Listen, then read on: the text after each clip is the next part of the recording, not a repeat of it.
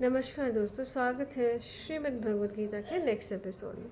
तो अर्जुन श्री कृष्ण से कह रहा है, हे विराट रूप, हे सहस्त्रभुज भगवान, मैं आपके मुकुटधारी चतुर्भुज रूप का दर्शन करना चाहता हूँ, जिसमें आप अपने चारों हाथों में शंख, चक्र, गदा तथा पद्म धारण किए हुए हो। मैं उसी रूप को देखने की इच्छा करता हूँ। भगवान सैकड़ों हजारों रूप में नित्य विद्यमान रहते हैं, जिसमें से राम, नरसिंह, नारायण उनके एक मुख्य रूप है।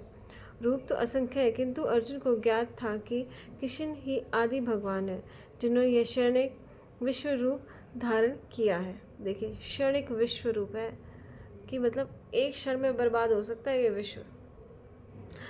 अब वह प्रार्थना कर रहा कि भगवान आपने नारायण नित्य रूप का दर्शन दे। इस लोक से श्रीमद् भगवत के कथन की निस्संदेह पुष्टि होती है कि कृष्ण आदि भगवान हैं और अन्य सारे रूप उसी से प्रकट होते हैं। वे अपने अंशों से भिन्न नहीं हैं और वे अपने असंख्य रूपों में ही ईश्वर ही बने रहते हैं। इन सारे रूपों में वे तरुण दिखते हैं। यही भगवान का स्थायी लक्षण है। कृष्ण को जानने वाला इस भौतिक संसार के समस्त कल्पश से मुक्त हो जाता है। तो श्री कृष्ण ने अपने हाथ में ये सब चीज़ें जो ले रखी है, देखिए शंख बहुत ही इम्पोर्टेंट होता है, क्योंकि शंख जब आप बजाते हो ना, तो पूरे उसकी जो वाइब्रेशन है ना, उस वाइब्रेशन से पूरे जो हमारे घर के हैं कीटाणु वो मर जाते हैं। अब तो ऐसे ऐसे एक्सपेरिमेंट हो रहे हैं कि आप सिर्फ साउंड वेव से, वाइब्रेशन से आग बुझा सकते हैं। कहीं भी आग लगी हो, आग बुझा सकते हैं और पानी को हटा सकते हैं वाइब्रेशन से, सिर्फ वाइब्रेशन से, साउंड की वाइब्रेशन से। तो ये जो शंख की साउंड वाइब्रेशन है वो बहुत ही अच्छी होती है। तो आप भी अपने घर में शंख ला सकते हैं, उसे बजाना सीख सकते हैं।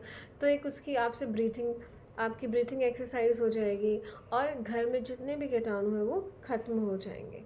तो ये बहुत अच्छा है कि शंख आपके घर में होना चाहिए। राइट, आगे देखते हैं। भगवान ने कहा, हे अर्जुन, मैंने प्रसन्न होकर अपनी अंतरंगा शक्ति के बल पर तुम्हें इस संसार में अपने इस परम विश्व रूप का दर्शन कराया है। इसके पूर्व अन्य किसी ने इस असीम तथा तेजोमय आदि रूप को कभी नहीं देखा। तो मतलब जो अर्जुन है उसको ही ईश्वर ने अपना रूप दिखाया।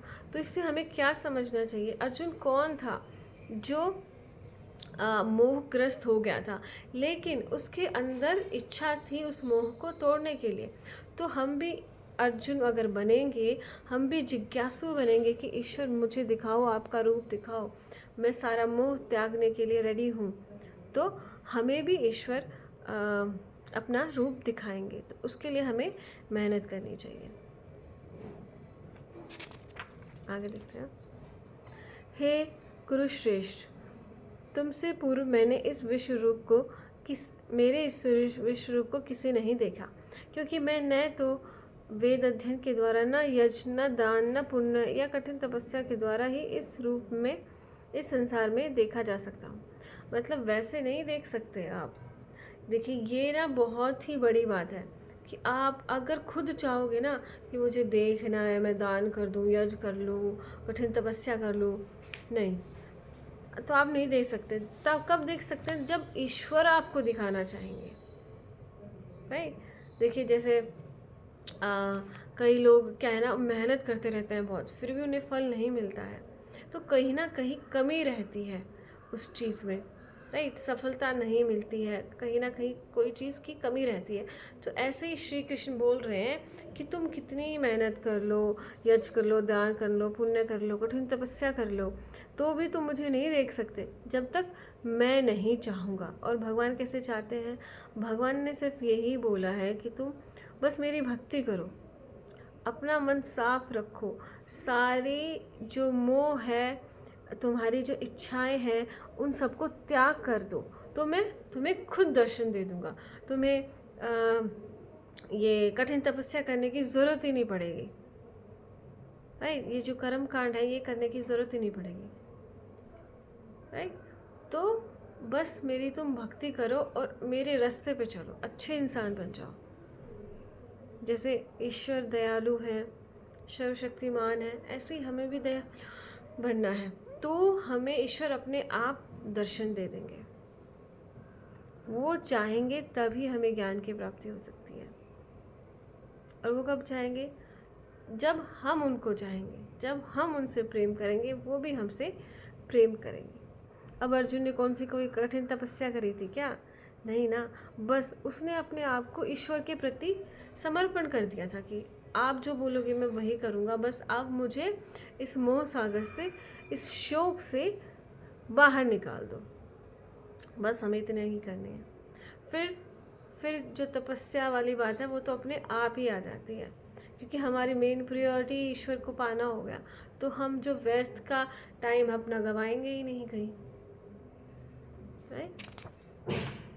क्योंकि देखिए आत्म दर्शन बोलते हैं उसको, आत्म साक्षात्कार हो गया, भगवान का साक्षात्कार हो गया। हाँ, वो कब होता है? वो कभी भी हो सकता है। आप खाना बना रहे हो उस समय भी हो सकता है, आप योग कर रहे हो उस समय भी हो सकता है। भगवान जब चाहेंगे आपको दर्शन दे देंगे। दर्शन मतलब वो तो निराकार है, उनका तो रूप नहीं है, लेकिन जिस रूप में भी आप उनको इमेजिन करेंगे उसी रूप में वो आपको दर्शन दे देंगे। क्योंकि संसार में जितनी भी चीज़ें हैं ना, वो सब उन्हीं का रूप है, उन्हीं से बना है। पर्वत, सागर, बादल, सब सब उन्हीं का रूप है। तो जब भी हम उनको देखना चाहेंगे जिस भी रूप में, वो हमें दिखाई दे जाएंगे। बट जब वो चाहेंगे, जब उन्हें लगेगा कि हाँ, ये जो मेरा भक्त है ये जिज्ञासु है और ये मेहनत भी कर रहा है और ये भक्ति भी कर रहा है और ये अच्छा इंसान भी बन गया है।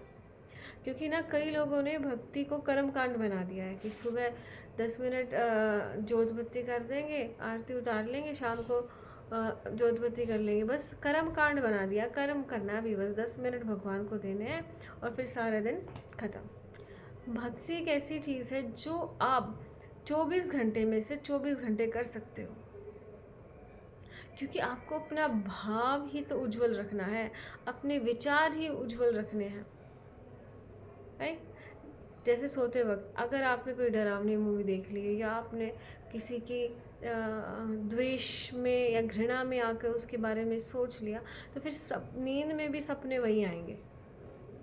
लेकिन आपने सोते वक्त भी ईश्वर का ध्यान किया तो फिर ईश्वर आपको गहर निंद्रा में सुलाएंगे या उन्हीं के चीज़ें होंगे। मेरे साथ भी हुआ है।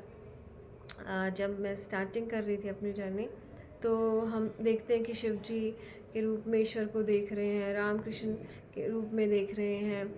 तो मुझे वही सपना आया कि इतनी विशाल पर्वत है, जैसे कैलाश पर्वत है, उस पर शिव जी, मतलब वो जो पूरा जो पर्वत था ना, वो शिव जी बन गए, राइट? ठीक है, फिर पर्वत बन गया और फिर शिव जी उस पर चढ़ के जा रहे हैं। फिर आकाश में इतनी बड़ी श्री राम की प्रतिमा बन गई, श्री कृष्ण की प्रतिमा बन गई इतनी बड़ी, मतलब पूरा जो जैसे हम आँखों से जितना भी आकाश देख पा रहे हैं उतना ही वो इतनी बड़ी प्रतिमा बन गई। वो मेरी लाइफ का सबसे सुंदर सपना था, क्योंकि मैंने उसी रूप में भगवान को इमेजिन किया और उसी रूप में फिर ईश्वर ने दर्शन दिए सपने में, राइट? तो अब मैं सोते वक्त भी भक्ति कर पा रही हूँ। तो उसी तरह से जो भी आप सोचेंगे उस हर वक्त आप उस चीज़ को कर सकते हैं। इस चीज़ को कर्म कांड मत बनाइए कि मैंने सुबह 10 मिनट दे दी, शाम को 10 मिनट दे दी, बस फिर अपना काम पे लग गए। नहीं, हर वक्त आप ईश्वर को ध्यान में रख के अपना कार्य कर सकते हो। आपको सिर्फ महसूस करना है। अब मैं महसूस कर रही हूँ कि ईश्वर यहाँ पे बैठे मेरी बातें सुन रहे हैं, तो सोचिए कितनी सुंदर बात है वो। आप किचन में खड़े होकर खाना बना रहे हो और आप महसूस कीजिए कि ईश्वर भी मेरे साथ खड़े हैं। आपको बैठ के ऐसे देख रहे हैं ईश्वर, हाँ मेरी बच्ची भक्ति कर रही है। तो वो सब चीज़ें आपको महसूस करनी पड़ेंगी, हर वक्त उस चीज़ में संलग्न रहना पड़ेगा, तो आपको उस ईश्वर का साथ मिल जाएगा। जैसे बेस्ट फ्रेंड बनाते हो आप कॉलेज में, स्कूल में, तो सारा दिन स्कूल या कॉलेज में उसके साथ ही घूमते रहते हो। तो ऐसे ही ईश्वर को हमें अपना बेस्ट फ्रेंड बना लेना है। जब भी कोई डाउट हो, भगवान ऐसा हो गया, क्या करूं, अब भगवान मन नहीं लग रहा, बताओ ना, कुछ बात करो ना मुझसे। तो वो सब चीज़ें हमें महसूस करनी है, उसको इस तरह से हमें देखना है, राइट। यस, कहाँ थे हम? हाँ, तुम शांत चिन्ह से अपना तुम मेरे इस भयानक रूप को देखकर अत्यंत विचलित एवं मोहित हो गए हो। अब इसे समाप्त करता हूँ। हे मेरे भक्त, तुम समस्त चिंताओं से पुनः मुक्त हो जाओ। तुम शांत चित्त से अपना इच्छित रूप देख सकते हो।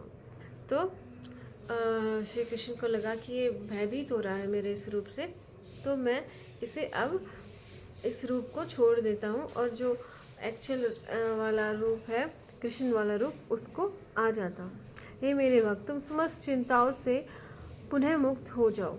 ये सारी चिंताएं छोड़ दो। जब मैं तुम्हारे साथ हूँ तो तुम्हें चिंता किस बात की है? यही गलती हम करते हैं, हम चिंता लगे रहते हैं, हे भगवान क्या होगा क्या होगा क्या। जब भगवान रहे तुम्हारे साथ तो फिर क्यों चिंता कर रहे हो? जैसे छोटा बच्चा होता है, उसको कोई टेंशन नहीं होती, क्यों? क्योंकि उसकी मम्मी उसके साथ रहती है, उसके पिता उसके साथ हैं। तो ऐसे ही हमें सोचना कि मम्मी और पिता हमारे साथ हैं और हमें चिंता नहीं करनी है, राइट। तो आज के लिए इतना ही। बहुत बहुत धन्यवाद।